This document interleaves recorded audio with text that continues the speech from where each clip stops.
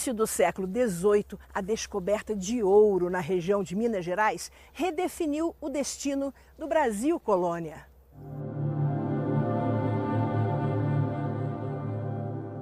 As marcas desse tempo estão espalhadas pelos atuais estados de Minas Gerais, São Paulo e Rio de Janeiro e interligadas pela Estrada Real, que tem diferentes caminhos.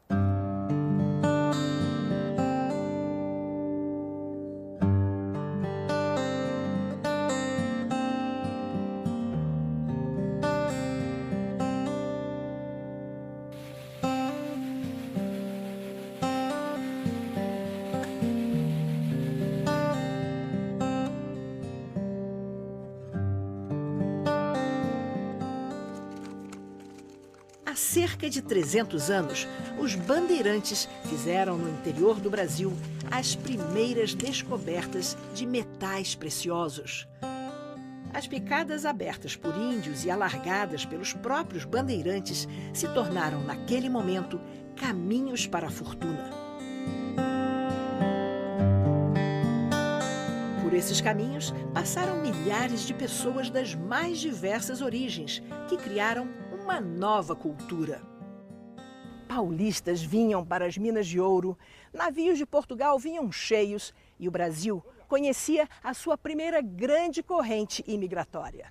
Realmente o Brasil, no início da descoberta do ouro nas minas, o volume de ouro retirado de lá, embarcado por Portugal, o que passou por Paraty nos 30 anos, vamos dizer assim, que serviu como porto de escoamento de ouro, era um volume tão grande que foi o que fez Portugal virar um império, vamos dizer assim. O ouro abundante era encontrado por toda parte, nos leitos, margens de rios, nas encostas. Com tanto ouro, o Brasil viu-se pela primeira vez organizando sua economia. O desafio da coroa portuguesa era controlar a circulação de um metal que, mesmo em dimensões minúsculas, valia uma verdadeira fortuna. Para evitar o contrabando, Portugal definiu uma estrada oficial obrigatória para os mineradores. O ouro era levado por caminhos difíceis e tortuosos por essas montanhas, os chamados caminhos reais ou estradas reais.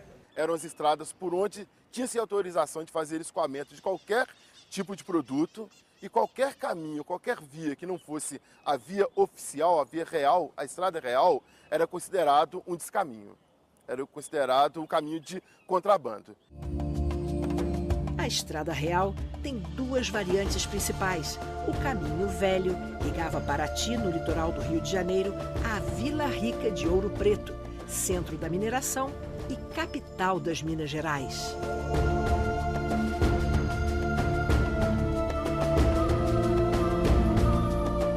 O Caminho Novo surgiu na terceira década do século XVIII e ligava a Vila Rica ao Rio de Janeiro.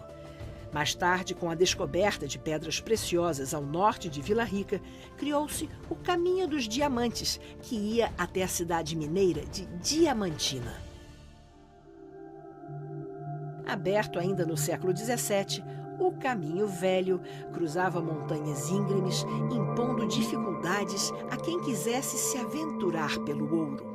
Para fazer o Caminho Velho, os portugueses aproveitaram a trilha aberta pelos índios guaianais, que vinham lá de cima dessas montanhas pescar no litoral. O Caminho Velho é a estrada que liga o porto de Paraty às Minas Gerais, passando por cima da Serra da Mantiqueira.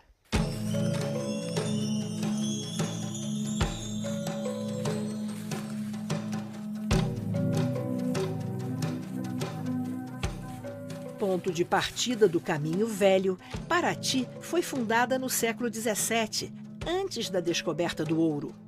No seu porto, naturalmente protegido pela Baía da Ilha Grande, a coroa portuguesa encontrou o lugar ideal para levar sua preciosa mercadoria até a Europa. Paraty foi um caminho do ouro. Foi por lá que se chegava às Minas Gerais. De 1703 a 1727, era por lá que vinha o ouro das Gerais. Paraty era a porta do chamado Eldorado. Aqui toneladas de ouro foram pesadas, fiscalizadas e embarcadas para Portugal. De Paraty saíam toneladas de ouro e entravam milhares de escravos para trabalhar nas minas. O ouro e os escravos eram as formas de comércio mais lucrativas da época. Quando o nosso ouro era escoado em grandes quantidades para Portugal, quase nada era fabricado aqui no Brasil. Mercadorias hoje comuns como vidros, tecidos e louças desembarcavam lá embaixo no porto de Paraty, vindas da Europa. Subiam então em lombo de burros por esse caminho de pedras, por cima dessas montanhas, até as Minas Gerais. Esse é o caminho velho da Estrada Real, que o pessoal aqui de Paraty chama de Caminho do Ouro. Com o dinheiro que circulou por aqui, Paraty se tornou uma cidade de gente poderosa e culturalmente exigente. Hoje, a herança desse tempo representa a maior riqueza de Paraty. Seguindo pelo Caminho Velho, encontramos uma paisagem ao mesmo tempo bela e aterrorizante para os exploradores do século XVIII, a Serra da Mantiqueira. Hoje, as áreas mais íngremes dessa serra estão protegidas pelo Parque Nacional do Itatiaia. Após cruzar os desafios da Mantiqueira, chega-se ao atual estado de Minas Gerais. Aqui, num terreno mais plano e mais próximo das minas de ouro, a coroa portuguesa fundou cidades para afirmar seu poder sobre a colônia. A coroa portuguesa ela se impõe mesmo aqui na região com a expulsão dos primeiros bandeirantes, com a oficialização da presença portuguesa. Isso acontece especificamente no ano de 1711. No mesmo ano eles criam a Vila de Sabará, Vila Rica. Essas vilas são fruto da organização social, econômica, urbana portuguesa. Preocupada em controlar o fluxo de garimpeiros, aventureiros e comerciantes, a coroa portuguesa passou a criar uma política de fixação. No início do século XVIII, foram erguidas as vilas de Mariana, Vila Rica de Ouro Preto, a Vila Real de Sabará e São João del Rei. Batizado em homenagem ao rei de Portugal na época, Dom João V, São João del Rei foi uma das mais importantes vilas do ciclo do ouro. O luxo daqueles tempos continua presente no casario, no Museu Regional e principalmente nas igrejas da cidade.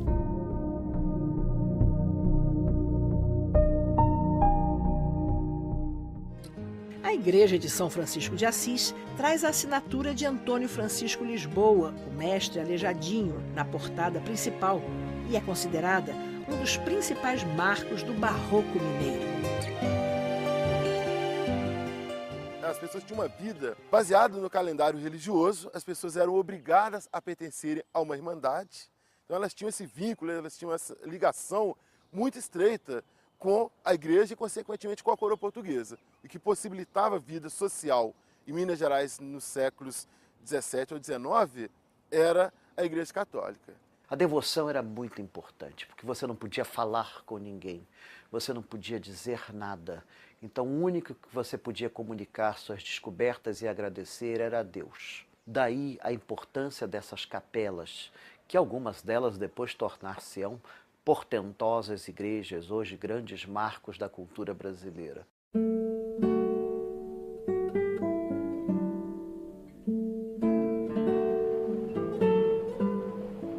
A alguns quilômetros de São João del Rei, que hoje podem ser percorridos numa Maria-Fumaça, está a cidade de Tiradentes. Nos tempos do ouro, ela se chamava São José del Rei. Com a proclamação da República, a cidade ganhou o nome do Mártir da Inconfidência. Ao contrário de São João del Rei, onde os cenários do século XVIII convivem com a aceleração urbana dos dias de hoje, em Tiradentes, tudo parece estar parado no tempo.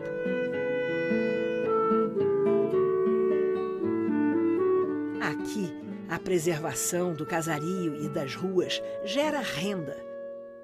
O principal motor da economia de Tiradentes é o turismo histórico. Andar por essas calçadas é se transportar para o cotidiano de uma rica colônia portuguesa nos trópicos. A ideia dos povoadores era de fazer com que as vilas coloniais fossem extensões das vilas portuguesas. Então a semelhança no calendário religioso, na vida social, na arquitetura residencial e religiosa e nos hábitos era muito próximo ao que era também Portugal. Mas características regionais são muito evidentes, nós temos essa inspiração toda europeia, mas na cultura, no modo de ser, de agir, na culinária, nas tradições, é bem perceptível a presença da identidade local, onde tem a cultura africana, indígena, europeia, que forma essa cultura, que é a cultura mineira. Entre os maiores expoentes da arte barroca mineira está outra cidade encravada no caminho velho da Estrada Real, Congonhas.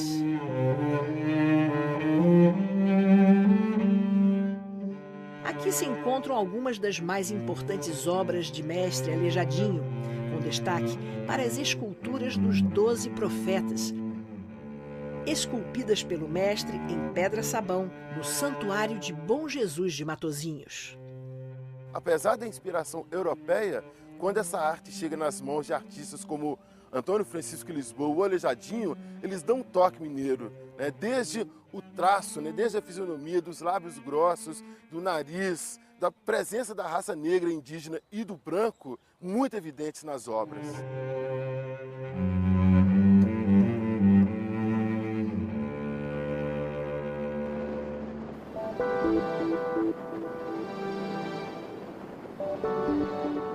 O ponto extremo do Caminho Velho, a Vila Rica de Ouro Preto, é também a maior atração dessa região. O marco de origem da Estrada Real é Vila Rica, é Ouro Preto, que era o grande ponto de exploração aurífera. Era onde se concentrava o ouro, era onde os portugueses acreditavam que tinham encontrado o grande sonho do Eldorado. Toda aquela história, todas aquelas lendas das grandes montanhas de ouro se materializaram no momento que eles encontram o ouro nas serras de Ouro Preto. A quantidade de ouro que os portugueses tiraram em apenas um século daqui, de Vila Rica, foi muito maior do que toda a quantidade de ouro que os espanhóis tiraram durante 4 séculos de várias regiões do planeta.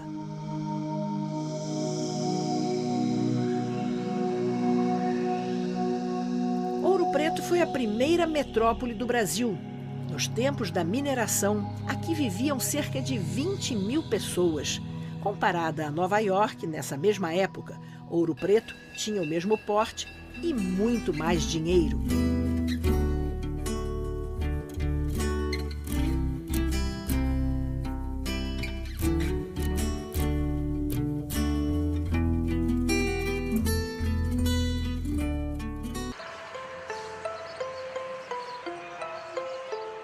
São vários os tempos da Estrada Real, desde sua criação no início do século XVIII, passando pelos séculos XIX e XX, até sua revitalização no início do século XXI, com o turismo e o resgate cultural.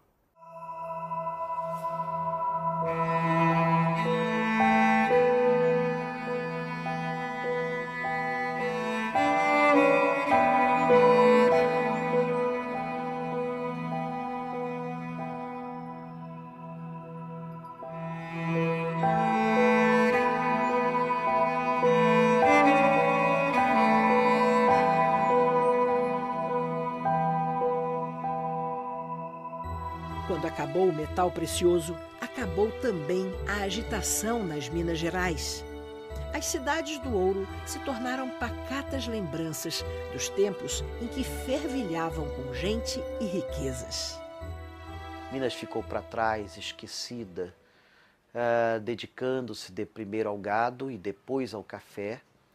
Vai se tornar uma das sociedades mais estáticas do Brasil. E uma sociedade tão estática que preservou as suas cidades congeladas no tempo e no espaço. Cidades mortas, felizmente mortas, por isso chegaram quase intactas ao século XXI. Em 2001, formou-se uma parceria entre o governo do estado e o Instituto Estrada Real, criado pela Federação das Indústrias de Minas Gerais. O resultado dessa união foi o projeto Estrada Real, um conjunto de ações para estimular o turismo e a preservação do patrimônio em torno dos antigos caminhos do ouro. A Estrada Real ela ficou praticamente esquecida durante muito tempo. Há 10, 15 anos atrás, ouvia-se falar da Estrada Real, mas ninguém sabia quais os perímetros que contemplavam a famosa Estrada Real. Hoje, quando circula-se pela Estrada Real, é bem perceptível, fica bem nítido a presença de um trabalho, né, de criação de infraestrutura, de informação turística, de construção de totens, que facilitam o reconhecimento, a identificação do perímetro que contempla a Estrada Real. Hoje, praticamente todas as cidades históricas na rota da Estrada Real têm infraestrutura para receber viajantes. A revitalização da Estrada Real garante renda às cidades, preserva o patrimônio cultural e promove o conhecimento sobre um período fundamental de nossa história. Muitas cidades que não tinham alguma atividade econômica que as sustentasse, muitas cidades que estavam sem alternativa econômica, passaram a ter de novo no turismo uma alternativa com esses incentivos feitos aí pelo programa da Estrada Real. Quem anda por esses caminhos faz contato com uma cultura cuidadosamente preservada ao longo dos quase 1.500 quilômetros da Estrada Real. Existia uma ligação muito grande entre essas cidades, porque as pessoas que circulavam pelo perímetro oficial da Estrada Real, muitas vezes elas circulavam quase todo o perímetro, os principais perímetros, passavam obrigatoriamente por Vila Rica. Então a circulação de informações era muito grande, as pessoas tinham muitas coisas nas quais elas se identificavam, elas tinham muitas coisas em comum. Então essas características que têm a ver com a mineiridade, com a identidade do mineiro, né, de ter as informações, de trabalhar em silêncio, né, tem a ver com essas origens das Minas Gerais e com essa circulação das informações que não circulavam abertamente. No século XVIII, o traçado da Estrada Real definia os caminhos da prosperidade. Quando o caminho velho já se mostrava insuficiente para o volume de trânsito nas Minas Gerais, a coroa portuguesa criou o Caminho Novo. E em 1727 veio a famosa ordem do rei Dom João V. Fecha esse caminho. Passem a usar a variante do Proença, que passa mais ou menos por onde hoje é a Rio Juiz de Fora. Passem, e vem pelo fundo da Baía de Guanabara. Vem pelo fundo da Baía de Guanabara. Obedecendo a um traçado no sentido norte-sul, o Caminho Novo ia da Vila Rica de Ouro Preto ao Rio de Janeiro, evitando os relevos mais perigosos da Serra da Mantiqueira. O Caminho Novo, ele é uma nova alternativa para escoamento da produção aurífera e também uma alternativa para a vinda de produtos que abastecessem o mercado aqui no interior do estado de Minas Gerais. O porto que era usado inicialmente, que era o Porto de Paraty, ele acaba sendo interditado, né? Ele acaba sendo proibido de ser utilizado e a nova alternativa passa a ser o Porto do Rio de Janeiro. Então, abre-se um caminho do Rio de Janeiro até as Minas Gerais. E esse caminho é o que nós conhecemos como Caminho Novo. O trânsito mais fácil do Caminho Novo ajudou a abastecer as cidades do ouro, que não paravam de crescer. Nos arredores de Ouro Preto, centro da mineração, o solo não é fértil. Com formação de quartzito, ele não permite o plantio de lavouras. Ouro Preto era esse grande polo aurífero, mas Ouro Preto sofria muito com o abastecimento. Você encontrava ouro, mas não tinha o que comer. Era algo terrível. Cabia à Estrada Real facilitar o abastecimento de alimentos nas cidades do ouro. Grandes fazendas se tornaram centros produtores e novas cidades surgiram para alimentar mineradores e fidalgos. a abertura desses caminhos possibilitava o progresso, né? Por onde os caminhos passavam, os lugares acabavam prosperando. Uns lugares cresciam por terem riquezas minerais, outros lugares cresciam por terem o solo mais fértil, outros cresciam por serem entrepostos, serem locais de pouso, de descanso. Essa civilização colonial criada em torno do ouro está sendo redescoberta. Ao conhecer a Estrada Real, a gente percebe que a Minas Gerais do tempo do ouro vai muito além dos monumentos barrocos.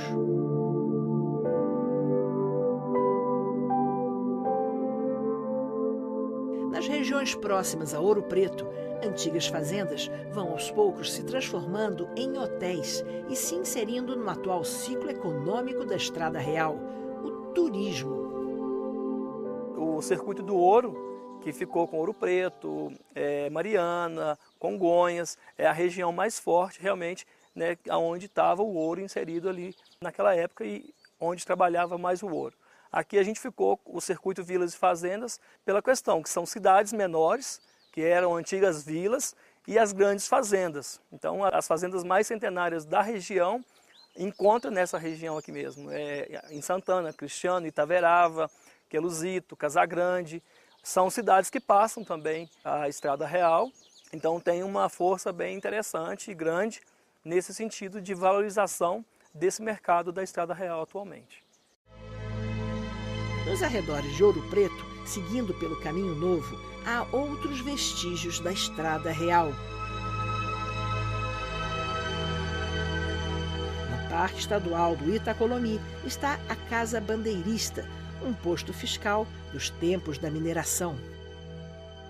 Bom, Casa Bandeirista, a Bandeirista veio de arquitetura rural paulista, construída por Domingos Bueno, segundo guarda-mor das capitanias de Minas Gerais, com o intuito de cobrança de impostos, ou seja, cobrança do quinto, a quinta parte da riqueza ficava retida, que era o imposto cobrado do fluxo do ouro explorado. Na tentativa de impedir o contrabando, a coroa portuguesa proibiu a circulação do ouro em pó ou em pepitas. A Estrada Real passou a abrigar, então, em toda a sua extensão, dois tipos de casa oficial. As casas de fundição, onde o ouro era transformado em barras com selo real português. E as casas para a cobrança do quinto, o imposto sobre o ouro. Então o quinto era 20%. É engraçado, né? Hoje se reclama tanto. Na época o governo só incidia, só abocanhava 20% dos ganhos do trabalhador. Tiradentes morreu à toa, coitado. A Casa Bandeirista foi construída em 1706 para a cobrança do quinto. Essa foi provavelmente a primeira edificação pública de Minas Gerais. A Estrada Real do século XXI vai além do patrimônio histórico. O traçado do Caminho Novo atravessa refúgios de beleza natural protegidos por lei. Entre os destaques do patrimônio natural desse caminho estão o Parque Estadual do Ibitipoca, em Minas Gerais, e o Parque Estadual da Serra dos Órgãos, no Rio de Janeiro. Ao longo da Estrada Real, formou-se uma civilização sofisticada, a primeira com essas características no Brasil. Aos requintes dessa sociedade se misturaram a luta dos mineradores, os saberes dos escravos e a cultura das fazendas. O resultado é um pedaço precioso do Brasil,